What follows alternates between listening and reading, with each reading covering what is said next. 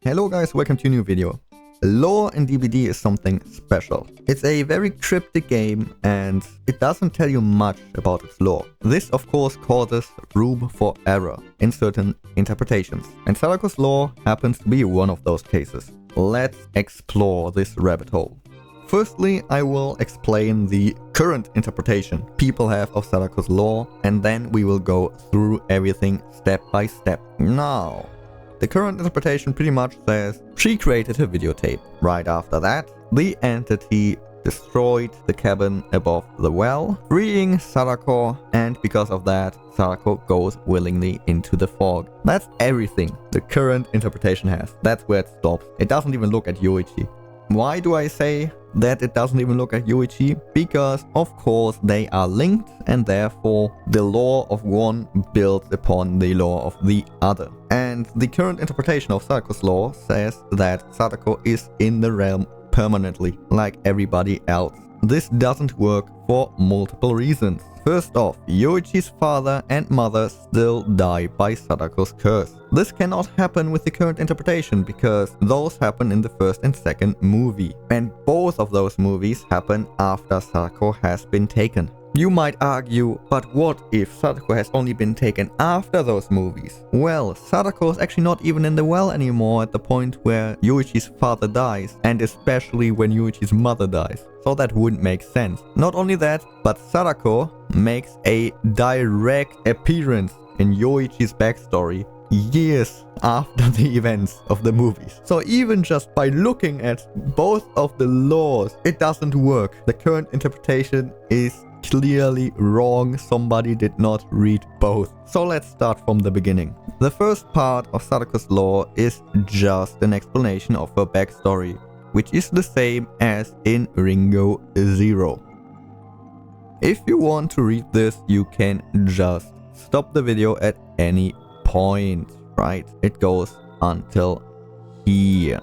After that, we have a little part that explains what happens right after Ringo Zero, including the moments when she tried to climb out of the well. At that point, she was still alive. For those that don't know, she still survived 20 years in the well after she got thrown down there.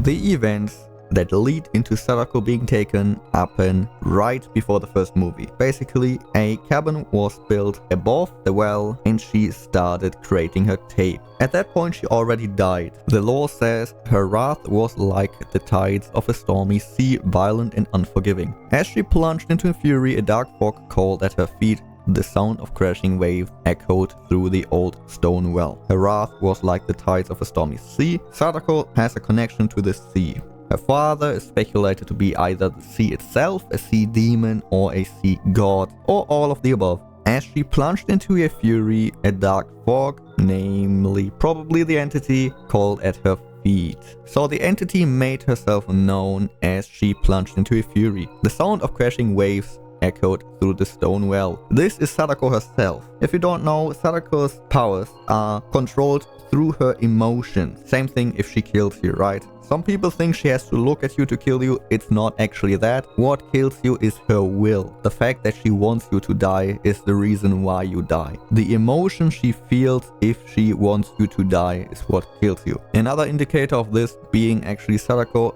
is her breathing sound in the game. The sound of crashing waves, which is exactly that, her breathing sound in the game. Suddenly, a tidal surge came crashing down on the cabin's walls, wrecking its logs into a torrent of mud and filth. The black current flooded the well underneath and swallowed Sadako at once. This one's a little bit up in the air. Was it Sadako herself or was it the entity? They describe it as a tidal surge. It's wrecking its logs into a torrent of mud and filth. The black current flooded the well, right? It's very like, it's describing the sea. It's not really describing anything the entity usually does. Either way, no matter who did it, when she opened her eyes, she stood on a desolated beach facing the vast stormy ocean. A thick black fog caressed the water's surface. This could be two things. Either her spirit literally got sent to that ocean, or she had a vision. Now you might say, what do you mean a vision? Well, actually, Sadako can have visions caused by her emotions. Those can be visions of the future or just general cryptic visions, right?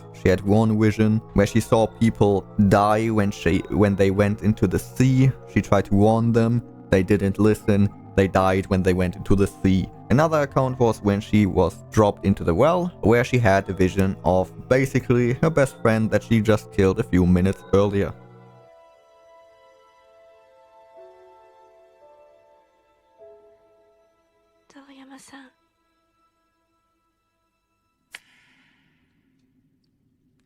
Now, do we have any indication of a strong emotion that could have caused a vision? Oh yes, we have that. We have as she plunged into a fury. We literally have an account of that. Now, I'm not saying that this is clearly what happened, but it's one interpretation, right? It's one possibility. The thing with the lore in DbD is that we don't actually know what happens. We just have things that cannot happen. You know, like the first interpretation that literally cannot happen if you take the lore of Yoichi into account. Anyways, Sadako walked into a coming wave and slowly disappeared into the fog. So what we can take from that is that she went willingly. We don't know why she went willingly, but she went. Now, instead of going the route where we say that she got saved from the well and went into the fog, I'm gonna say that since she was already dead, the consciousness that went into the fog clearly was her spirit, her ghost. The body was left behind in the well. Since that moment, the curse will have appeared in the fog. From that on out, Sadako also hunts Survivor in the fog. Now, I mean, what do you mean also? What I mean is that Sadako already in the first movie, showed the ability to be at multiple places at the same time. This happens with her first victims, a group of friends that watches the tape together, and therefore, after 7 days, died at the same time at different places. What this means is that Sadako is wherever the curse is. If we take that into account, everything fits like a glove.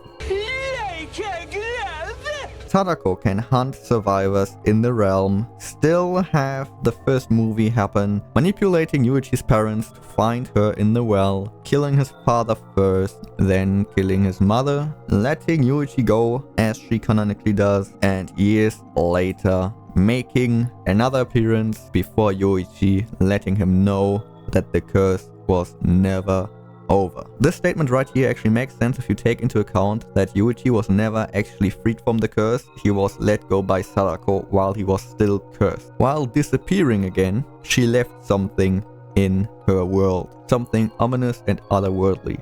This is referred to the entity, which then continuously manipulates Yoichi into getting taken as well. And we don't really have to go into Yoichi further because this is Sadako's last appearance in his lore. To put everything together, Sadako created her curse as she died. After that, as she was about to get really angry, someone undisclosed, if it was Sadako or the entity, destroyed the cabin, or potentially have that happen in a vision. While this is happening, the entity makes itself known to Sadako and they strike some kind of deal or have a mutual agreement. Sadako steps into the fog willingly. Even though with that step the curse entered the entity's realm, she still left her body and curse behind in her own world. Because of that, the first and second movie still happen while she is in the realm hunting survivors, meaning that she's basically multitasking. She is manipulating Yuichi's parents and everybody around them to get cursed while she is still cursing people in the realm. After the event of the first two movies, she let Yuichi go, as she does